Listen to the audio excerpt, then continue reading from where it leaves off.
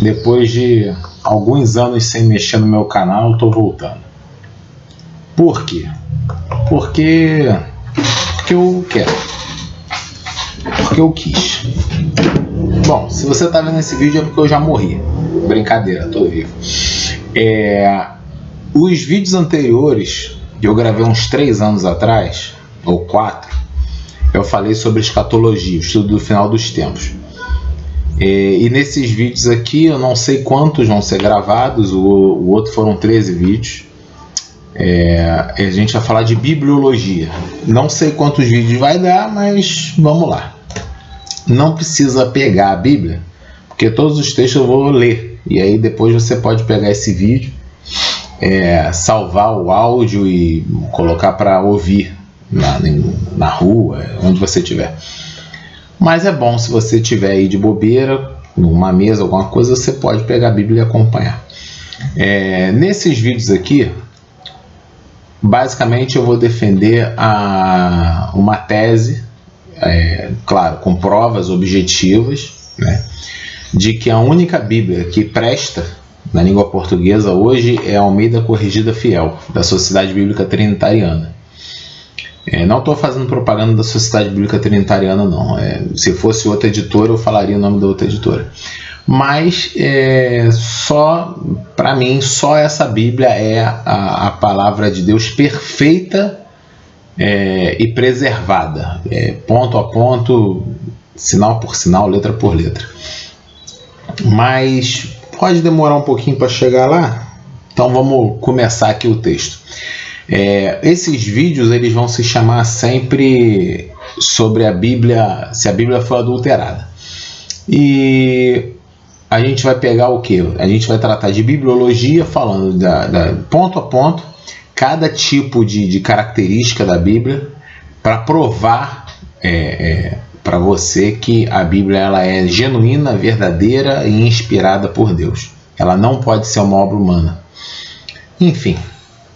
Vamos lá. Existe um texto também, um texto que eu uso no Antigo Testamento, que é o texto massorético. Nesses vídeos eu vou provar que só ele é inspirado por Deus, perfeitamente inspirado por Deus. E com relação ao Novo Testamento, somente o texto recebido ele é a perfeita palavra de Deus inspirada. E a maioria das Bíblias hoje não seguem nem o Velho Testamento massorético, nem o Novo Testamento, texto recebido. O Velho Testamento colocam a Septuaginta junto e tudo mais, e e no Novo Testamento colocam um texto crítico em vez de texto recebido. O texto crítico, na minha opinião, bom, vamos falar abertamente, é um lixo, né? E a pessoa que defende o texto crítico está defendendo algo que é um lixo e está cuspindo na cara de Deus, porque é um texto que é um texto objetivamente adulterado, né? Sendo que Deus prometeu na Bíblia dele, né, na palavra dele, que ele ia preservar a palavra dele, né? Então, o próprio Jesus falou que nem um jota nem um tio se passaria da lei até que ela se cumprisse. Enfim, mas vamos lá. Primeira coisa que a gente vai começar é o seguinte: as provas de que a Bíblia ela é a corporificação, ou seja, a versão física, né, da palavra de Deus, da revelação de Deus. O primeiro argumento que nós temos é o argumento a priori. O que significa isso? Se Deus existe e se Deus é bom, ele precisa dar um caminho para o ser humano chegar até ele.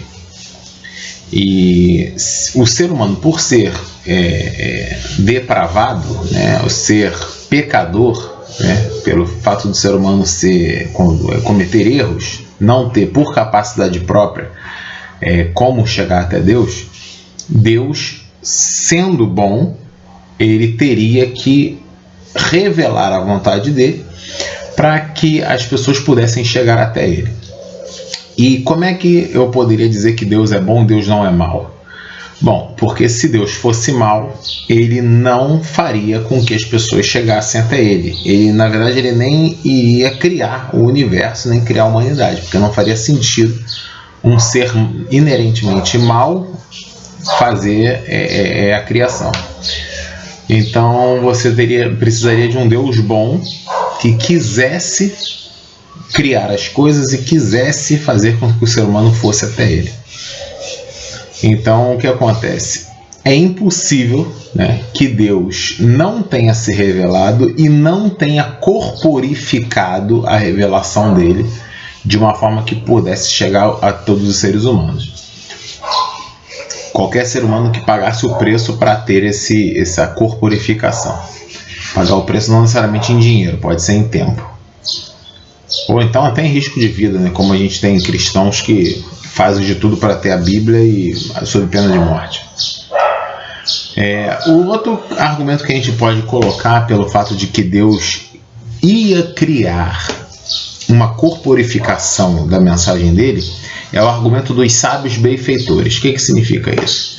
Homens razoavelmente bons, né? Homens com uma certa capacidade de fazer as coisas corretas, né? Eles comunicaram ao maior número possível de pessoas as verdades que as pessoas necessitavam.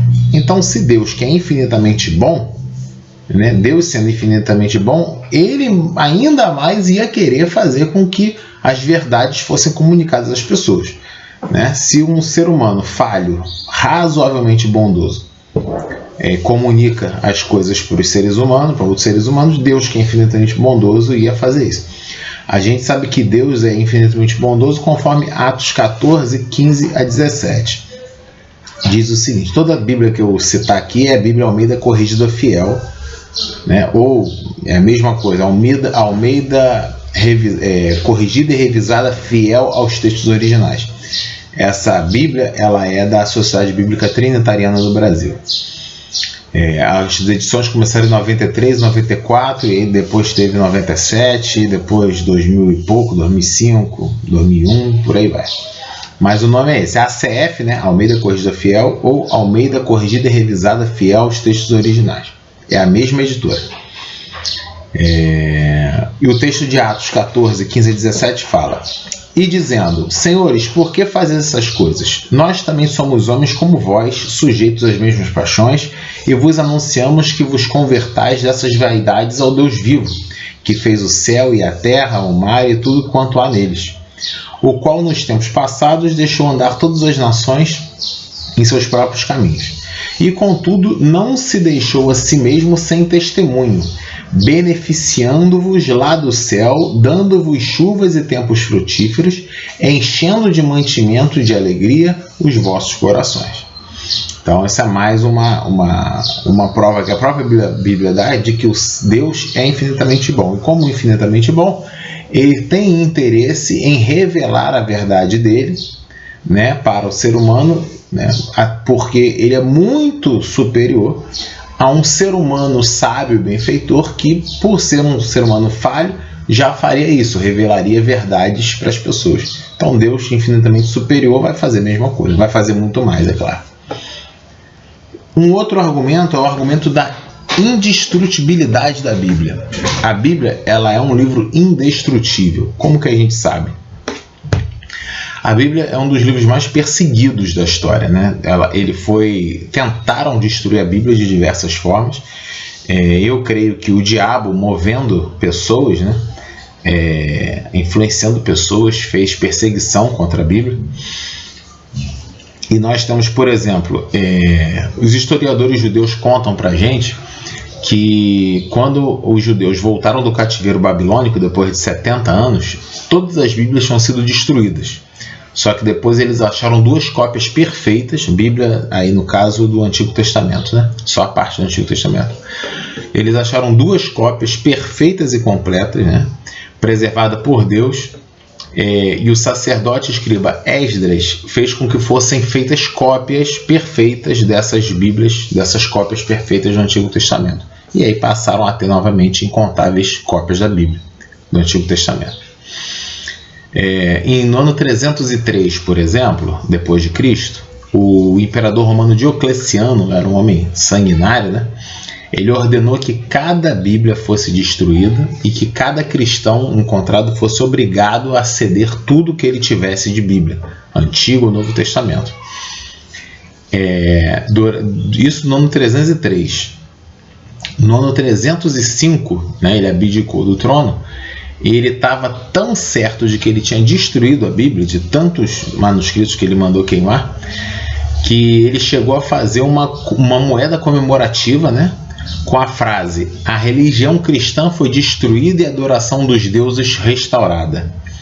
Só que, ironicamente, né, Bíblias e cristãos perseveraram, continuaram, e um sucessor dele, Constantino, no ano 331 depois de Cristo, ordenou que fossem feitas cópias da Bíblia, né, por parte de Eusébio.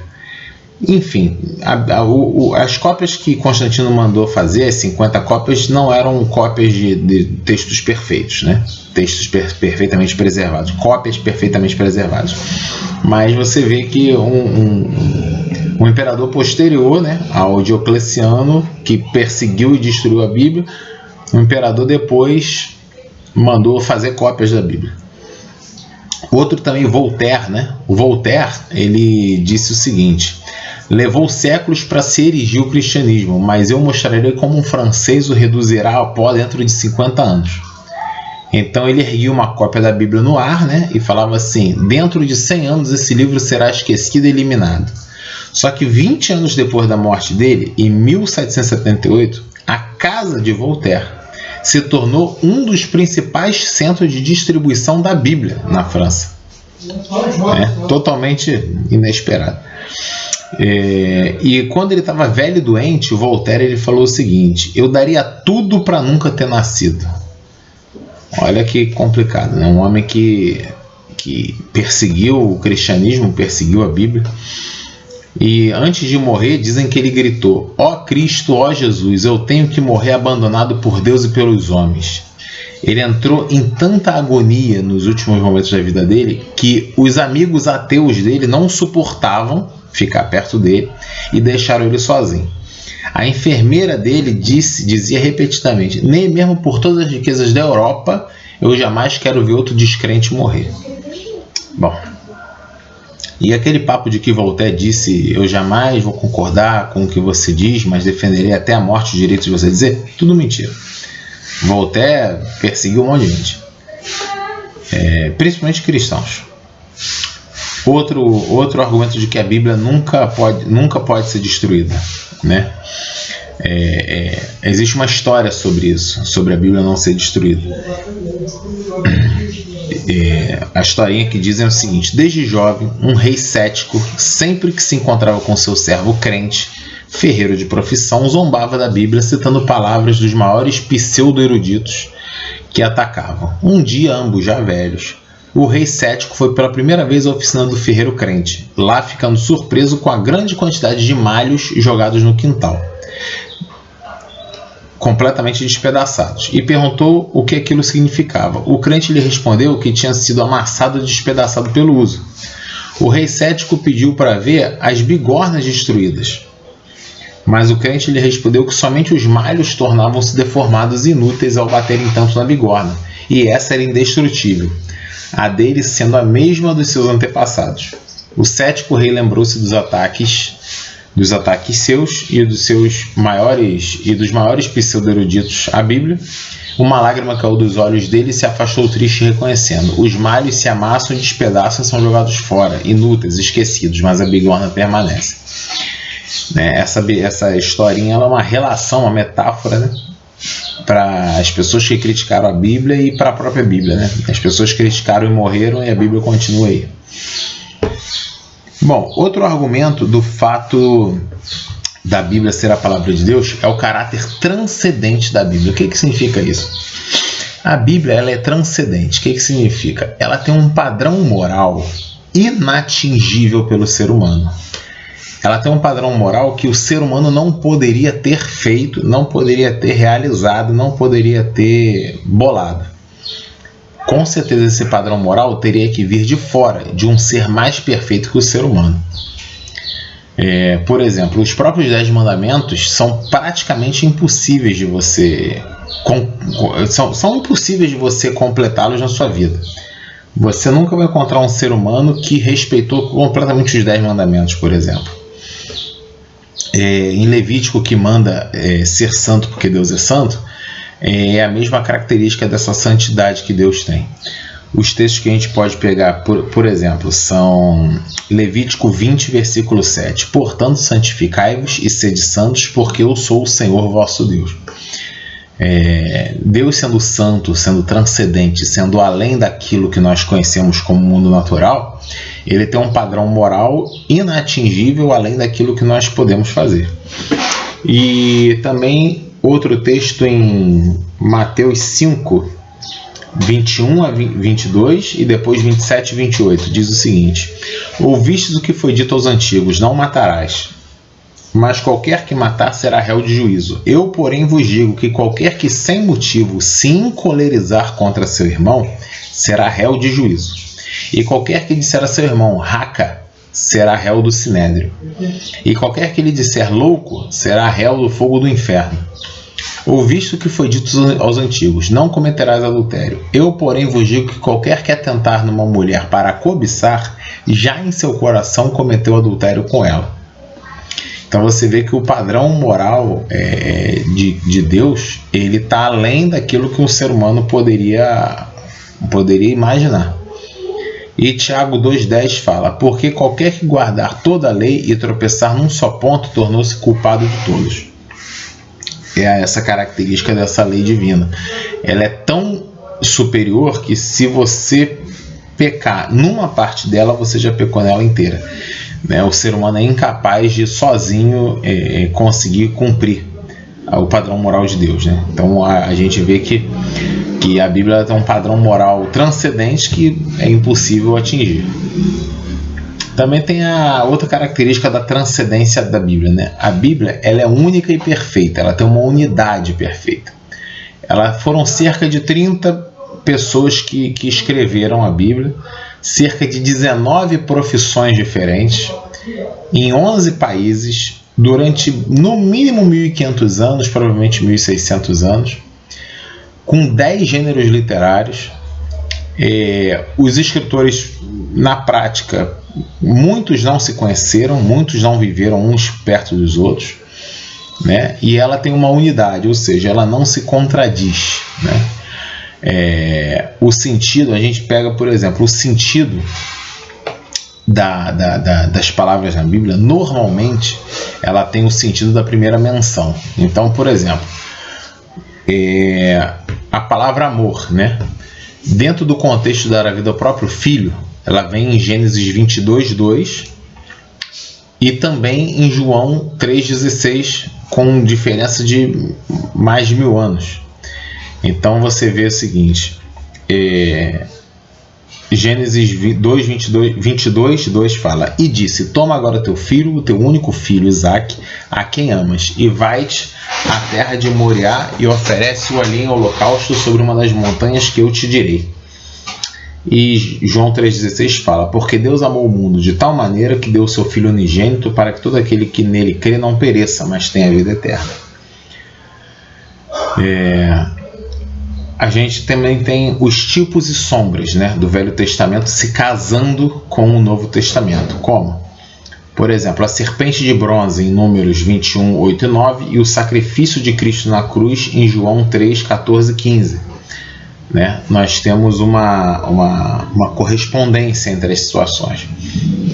Por exemplo, o texto de Números 21, 8 e 9 diz: e disse o Senhor a Moisés, faz-te uma serpente ardente e põe-na sobre uma haste, e será que viverá todo o que, tendo sido pecado, olhar para ela.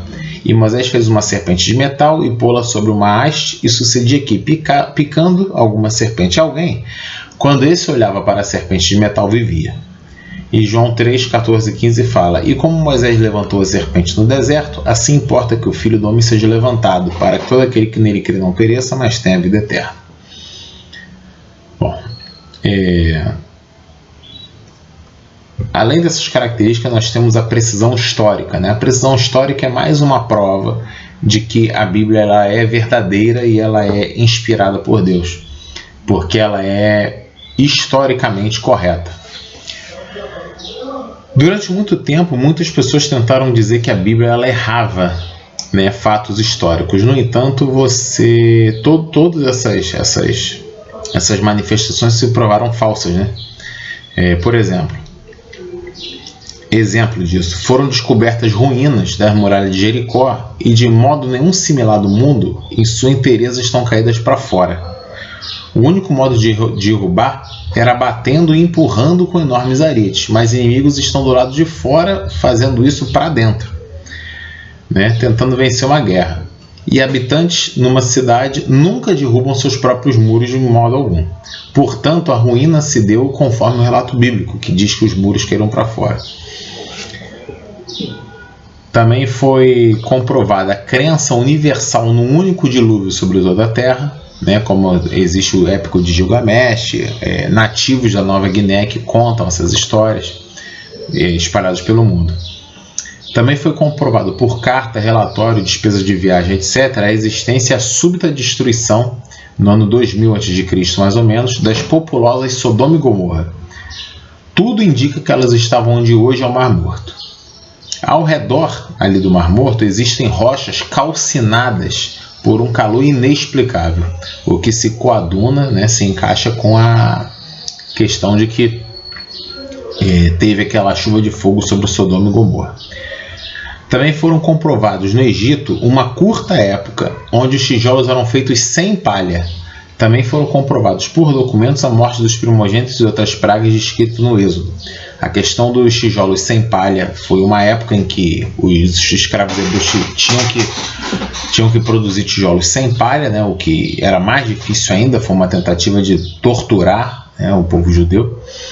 E realmente foi feito, né, tijolos sem palha, foram encontrados esses tijolos. Em Nínive, né, foi encontrado um momento de arrependimento para uma versão monoteísta de religião, como diz o livro de Jonas. A existência do rei Dario ela foi comprovada também. Mais o que? Tem outra aqui. Todas as sequências de reis e nações citadas na Bíblia, todas foram confirmadas. Existem algumas que nunca se viu confirmação. A Bíblia está dizendo quais foram os reis em que ordem. Mas todas as vezes que foram encontrados outros registros dos reis que estão na Bíblia, dos períodos, das épocas, das nações, todas as vezes que foram encontrados outros objetos ou documentos, viu-se que a Bíblia estava certa ao dizer quais eram as nações, quais eram os reis e tudo mais. Outra também, a tela está tremendo porque eu esbarrei no computador, mas vai dar tranquilo. Existe um argumento da precisão científica da Bíblia. Já está com 23 minutos de vídeo, mas vamos lá. Vamos terminar esse vídeo aqui nesse ponto da precisão científica da Bíblia. No próximo vídeo a gente fala da precisão profética. Argumento da precisão científica da Bíblia. Nós vemos que a Terra ela é um esferoide, né? Em Isaías 40, 22, e ela está suspensa no vazio, conforme Jó 26, 7. O texto de Isaías 40, 22 fala: Ele é o que está assentado sobre o círculo da terra, cujos moradores são para ele como gafanhotos. É ele o que estende os céus como cortina e os desenrola como tenda para neles habitar. A palavra hebraica aí para círculo, ela é a mesma palavra para globo, esferoide, esfera e redondeza. Então não vem dizer que a Bíblia diz que a Terra é plana, é um círculo plano, porque a Bíblia não diz isso. Em Isaías 40, 22, né, está dizendo que a Bíblia está dizendo que a Terra, né, é um círculo no sentido de globo, de esfera, né, de esferoide, né. Na verdade, o melhor nome aí é esferoide, porque o planeta a gente sabe que não é uma esfera perfeita, né? Ela tem irregularidades e tudo mais. Mas é um esferoide, né? E Jó 26:7 fala: o norte estende sobre o vazio e suspende a terra sobre o nada. O texto de Jó, que tudo indica que foi o primeiro livro escrito do Velho Testamento, provavelmente por Eliú, que aparece no livro de Jó, provavelmente, diz que Deus suspende a terra sobre o nada.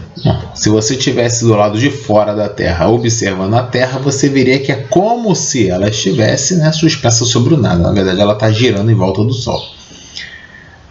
Enfim.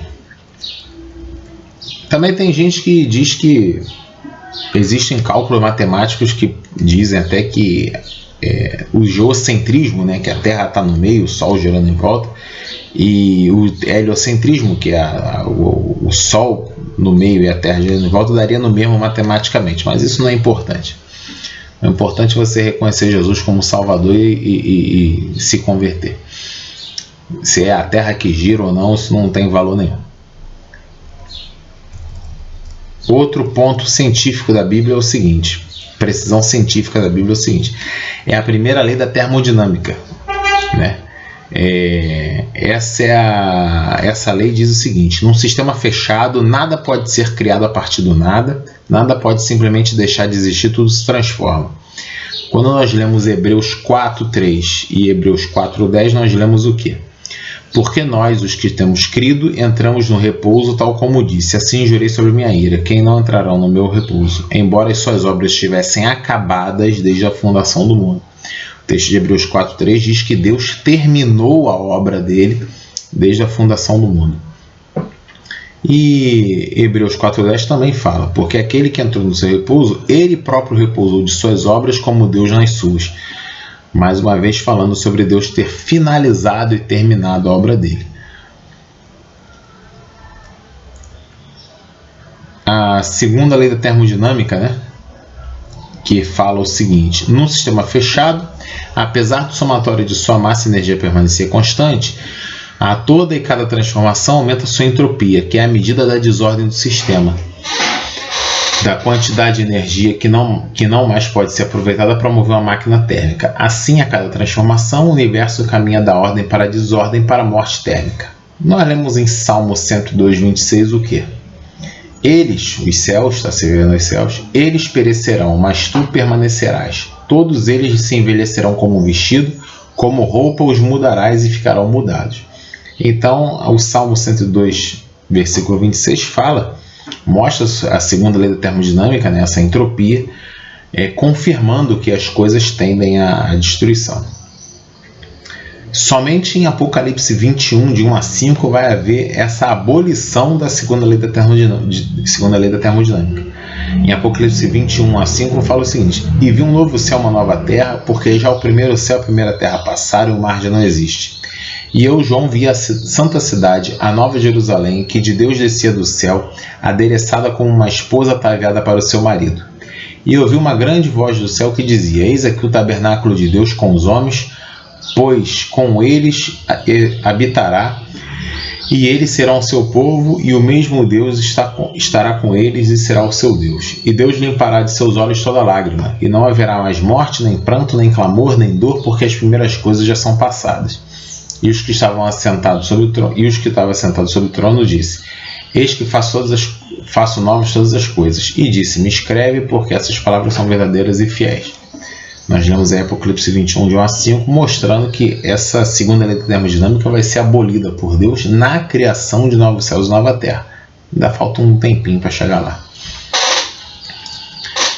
Outra característica científica também que está na Bíblia: vida só vem de vida e da mesma espécie. Gênesis 1:12 fala de ervas e árvores. Gênesis 1:21 de baleias, répteis e aves de asas. Gênesis 1:24 de alma vivente, gado, répteis, feras da terra. E 1:25 feras da terra, gado e répteis, né? Quando ele fala: e disse Deus: produz a terra alma vivente conforme a sua espécie, gado e répteis de feras conforme a sua espécie, e assim foi. Gênesis 1:24. E nós temos aí o que? Tudo é feito conforme a sua espécie. Você nunca vai ver espécies diferentes, uma espécie gerando algo diferente dela mesma. Você sempre vai ter aí uma espécie gerando a mesma espécie a partir dela.